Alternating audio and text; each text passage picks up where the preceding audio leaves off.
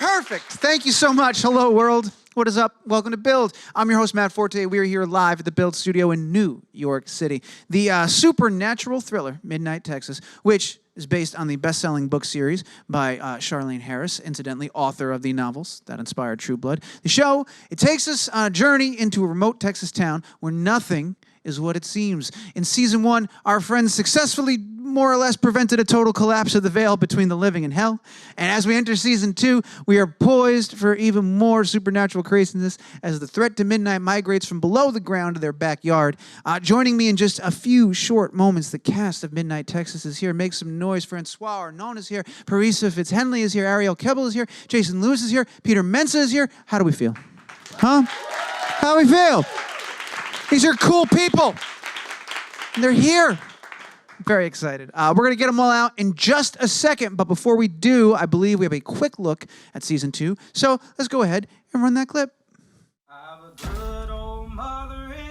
People don't just settle down in midnight. They come here when they're running from someone or they got something to hide. All of us are here because some part of us doesn't fit in anywhere else. I'm Patience Lucero. My husband Kai and I own the hotel. Your hotel is haunted. Well, I know that, but you can see him? Don't come in. I'll be fine. Thanks for not listening to me. I'll never listen. Just ask my husband. Whatever's happening is supernatural. Someone's in trouble. We need the big guns. I don't want to lose you right after we finally found each other. If anything happens, get the hell out. Midnight is a special place. Oh, yes, it is.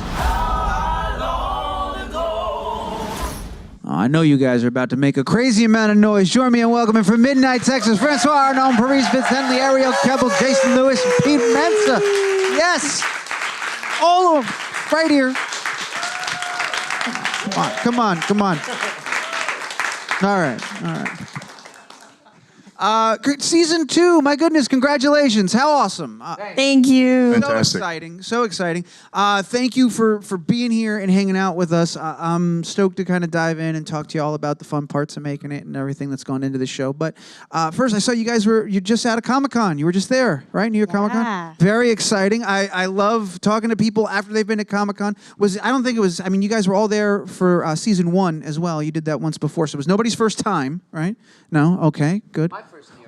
It was your first New York Comic-Con. We did San Diego this summer. And you did San Diego over the summer? What was your first New York Comic-Con like? Well, it's not my first con. It was my first New York con. Just first New York Con. Yeah. Is there a different vibe at the New York Con? Was it? Dude, it was civilized.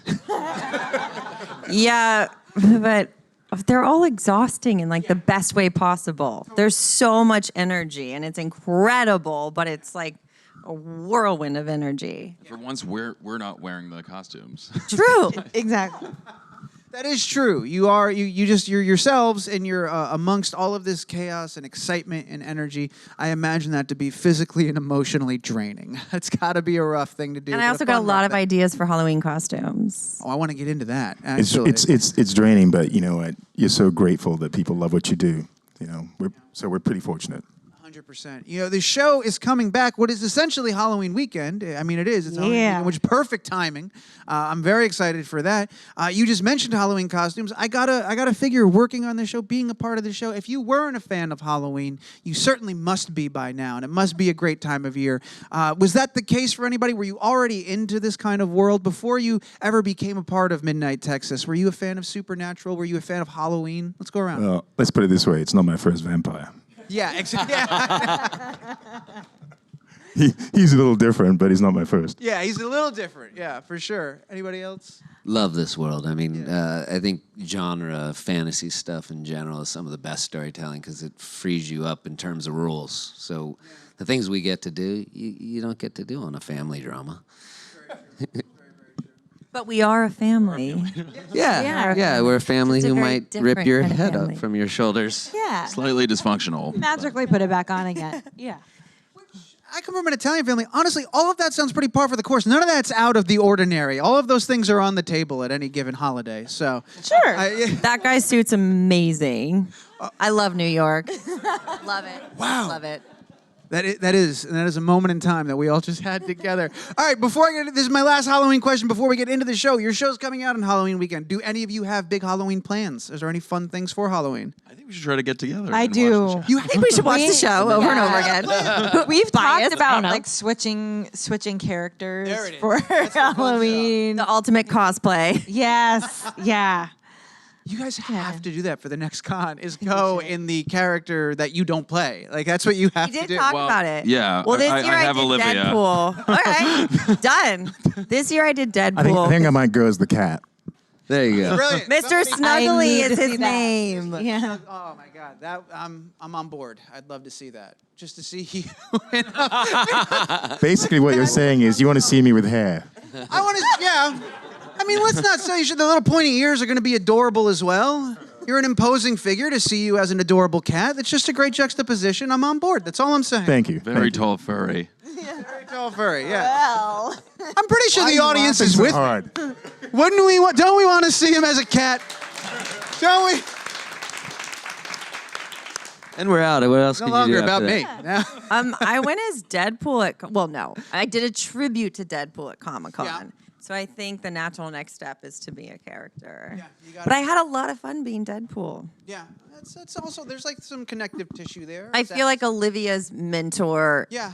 in life is Deadpool. Exactly. Like there's know you what I could mean? draw a line there. That kind of makes Like sense. a direct arrow. Like, Exactly. Like goals. Like, direct, yeah. That's pretty amazing.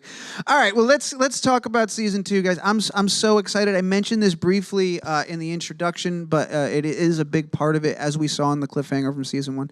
The threat, it's no longer below. That's where it was in season 1, and we were keeping the threat at bay. The threat kind of came through, but now it's literally in your backyard, and it exists within this already tight knit community. What Or has in that the new hotel. in the new in your bedroom. Yeah, it's exactly. Are in our close. blood.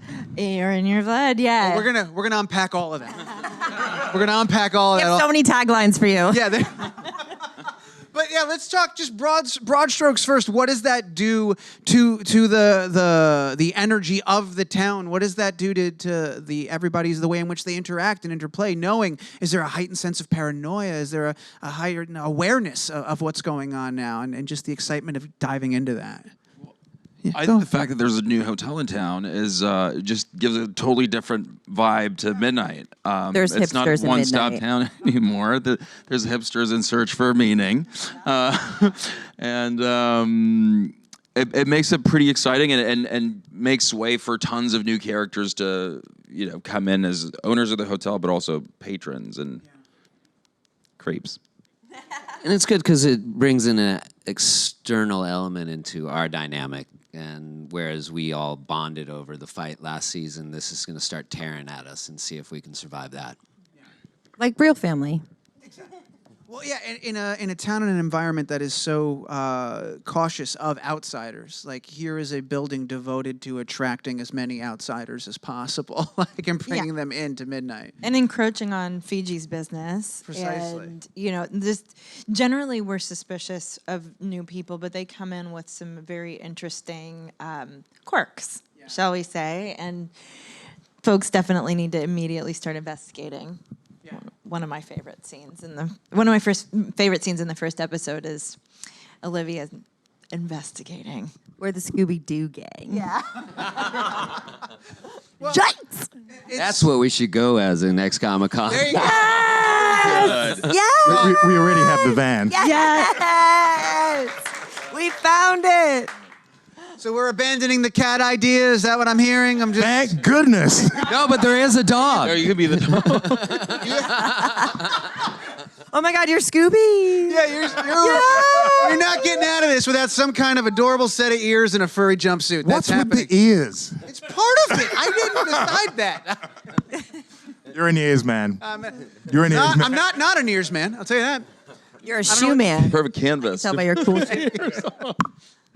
It's great to mention like your favorite part of an episode. I love finding out what excited you most. Francois, we briefly touched on the black goo that seems to be pouring out of the various orifices on you on this show. Very unpleasant, very unsettling. Obviously, I, for one, as a viewer, did not trust those demons to completely exit or vacate the premises at the end of whatever the plan was. You're I was like, smarter than Manfred. yeah, just really rolling the dice here. But whatever it is, I don't know how much you can or can't reveal. As you started to get into how this residual evil or leftover impact was going to manifest itself, was that an exciting thing that you were going to get to tackle? That I mean, totally. One of the most exciting things about Manfred from season 1 is that I get to play different characters and get out of my comfort zone and go from, experiencing life as Manfred and then just throwing myself into a completely different character for the possession scenes. But the way demon cancer, as we should call it, affects Manfred,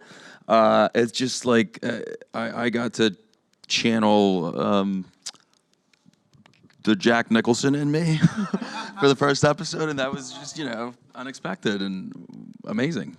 I assume Jack Nicholson, of course, from when he played in As Good As It Gets, because Yes, I As think Good as- that's the one. Fave. Yeah, That's the one that you want to bring into this role. real demonic. That's really fascinating, though. So were you actually just based on memories of Jack's performance, and I assume The Shining, or were you watching almost like game footage, going back, let me find my favorite crazy people and demonic personalities and try to pull that in? I wasn't. I'm not doing a Jack Nicholson impression. No, I didn't mean to doing an impression. But you got to seek inspiration somewhere because there's no real life example of what a person does necessarily when You they haven't have seen him demon before cancer. coffee in the morning, though. I mean, you just... That's true. Yeah. No, just get it. I just think it's all in the script, right? We had the new exciting showrunners who were very ambitious, I think, in the mythology they created for season 2. The second half of the season is absolutely insane and thrilling, and ends up, making sense somehow. Somehow. Yeah, it does. No, it always works out. And I think we go to really unexpected places this year, creatively and literally. Yeah. And that just made it. That was enough to draw inspiration from, really. Yeah, for sure. I'm really excited to. It's such an ensemble. You guys are all amazing on this show, and I'm so excited to see. Thank you. Yeah, you do a great job of fleshing out these characters and seeing how they all sort of react to the fallout and the new things. Olivia and Lem, the newlyweds, right? Honeymoon phase. Yes, honey. Right? Yes, dear. So that's exciting. That's a fun and sometimes stressful period of life in general, full stop. Now we've got all these new outside forces, your various abilities and whatnot. What is married life like on the other side in season 2? How's it been for you guys? Take it, dear. Really, honey? Yeah, I think the marriage is probably hard enough, but in Midnight, it's marriage between a vampire and a human being. We know how that goes. There's certainly going to be some problems there. I mean, it's so apart from sort of the normal problems you'd have anyway as a newly married couple. Challenges, not Yes, dear, problems. challenges. If your wife happens to be an assassin, You don't want problems. Okay. and because you're connected, you can actually feel her thoughts and emotions and react to them. There's a certain point at which she's not going to like you very much. Yeah. Carry on, dear. But getting married for Olivia was something she never thought would ever happen. So, at the end of season 1, she has this line like, you dead guy, you made me feel again. And I think it's so beautiful and so ironic. And so we do pick up where we left off with them. And I think the biggest thing for not only episode 1, but throughout the season, the theme of Olivia and Lem together is she has a very troubled past. We learn more about her past and more about her wounds in this season. But more than anything, we see her ask herself the question, am I ready to let go? And am I ready to let go of the past to embrace what's happening here? Because I can choose to live there or I can choose to build something, but I don't have room for both, And so her father there is a confrontation with her father, which is huge, and with the Midnighter support. And it was something that in reading the script, I was very, very excited about for Olivia, but also excited to explore, because I think we all have that moment where we go, oh my God, I have this wound that it's so deep in me. I don't know me without that wound. And yet I have something new that I'd rather do instead. And so how do I start living more there? And I think that's what we see through the season with the two of us. And I think it's really special. It sounds very special, for the record. I'm always curious about those cat ears. No. I'm past that. I stopped thinking about those. I'm always very curious about, especially when you have a character, how much of that backstory that we get to see did you know already, even from day one of your work on the project? Because I wonder when a show does something like that, if you're unaware of said backstory at the beginning, once you become aware of it, does it call into question decisions you made before, or make you question your performance? Like, oh, I wish I knew that that's where that was coming from, and stuff like that. So I guess to condense that into a question is, how much of that did you know already? And did it influence your feelings on any of your past performances? Yeah, I knew enough, meaning I read Charlaine's books, and I knew the wounds that Olivia was carrying, in the sense that I knew I had this responsibility to explore, to get in touch with those moments in my own life that maybe are not the same as hers, but had the same impact on me. What am I carrying with me? What secrets am I carrying with me today that make me strong on the outside but broken on the inside? And I think that's also a theme that we all share. And so that part I knew, because I knew that was my job, bringing this character forward, is anytime she's being sarcastic or funny or strong, there's always more to it. There's never one layer to anyone. The flip side is that's it, because in life, we don't get to know more than this moment until the next moment, and then the next moment, and the next moment. And when we know then is that we've lived all of this. So I choose not to know more than I need to, because to me, that's life. You don't plan it, you live it. That raises a great question. So I know you've read. I know where you stand on that. Show of hands, who did the reading for class? Did everybody do the reading? Did we all do the reading? Okay. Do you share... Who cheated? Did you do the reading? Cheater. Oh, no, but there's... Don't look at hang me. on. Yeah, it's different, though, right? Because it does call into question of how much do you want to know going in, you know? Do you want to know where it's going to land? And does that... I think it's about making strong choices, but keeping an open mind to what can possibly change and what can be revealed to you about the character by new information. And sometimes, like, we have breakthroughs in real life. We hope. Sometimes an event will shine a light on something you weren't aware of about your own past. And so I think that's the way I go about it. Yeah, I think that's a really good point, because I personally like to know the whole story as much as I can, so you can create some sort of an arc with the character to service the story. But what he just said, it's like this new information doesn't have to refute everything. It just puts a new skew on how you think of things. And our writers have been incredibly intuitive in their process. I've been shocked so many times to see them come up with things that I'm like, wait, but I put that into my own little secret backstory for this character. How did it pop up in your writer's room? But they pay attention and they see what you're doing. They do, you know? So anytime something new has come up, it's felt like it fit perfectly. And so it's pleasant to be surprised by anything that wasn't already in the books. It sounds like a really lovely experience. It's amazing. You guys have a great relationship. No, but like there's just an incredible... I'm kidding. There's also bribery. We sent them. There's a little bit of that. Usual, you know. the usual stuff. Yeah, you'd but expect. we have really an incredible experience here of family, both in front of the camera and behind the camera, and nothing in life is perfect. We all have our challenges, but there's just been this really beautiful cohesiveness that I think ends up on screen. Yeah. You speak about just the beautiful family that you guys have formed and everybody working together. One of the other aspects of that family is this show just straight up looks amazing. So there's a whole nother part of that family working on that and doing a phenomenal job. And you see they're pouring love into it as well. The sets are fantastic. The makeup is great. The effects are really cool. I imagine Mike Sprague is our DP. Yeah. Hi, Mike. He's in Europe. The whole practical effects team is incredible. I mean, there's a fair amount of good CGI, but like what we actually get to work with on the day is amazing. What are you thinking of that's making you do that right now? The creepy crawly. The recoiling in fear. Multiple things, because the things that they make, what they make them out of this like special silicone, so they also feel real. So you're dealing with like bodies or body parts or additional parts of your own body that feel real. Slow down, Parisa. Touch them. This is a children's show. Don't give it all away. Yeah, but like whenever we have to do something, the detail is so incredible that just like right up close down to like the veins and under people's skin, it looks real.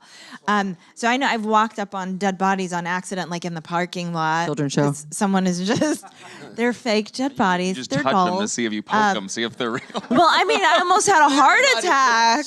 This is the turning Scooby the corner Gang. and An extra alone. or a prop. Who knows? It can be very scary.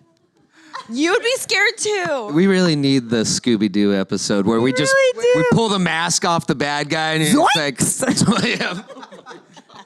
It's so bad. And a musical episode. I just want to put that. But also, really quickly, shout need out to Liz Animated too, because we're episode. talking about how we're all a family. But I feel like Liz has become a part of the family too. Very much so. So Liz is my girl. Yeah. And we're in a very special circumstance with our job.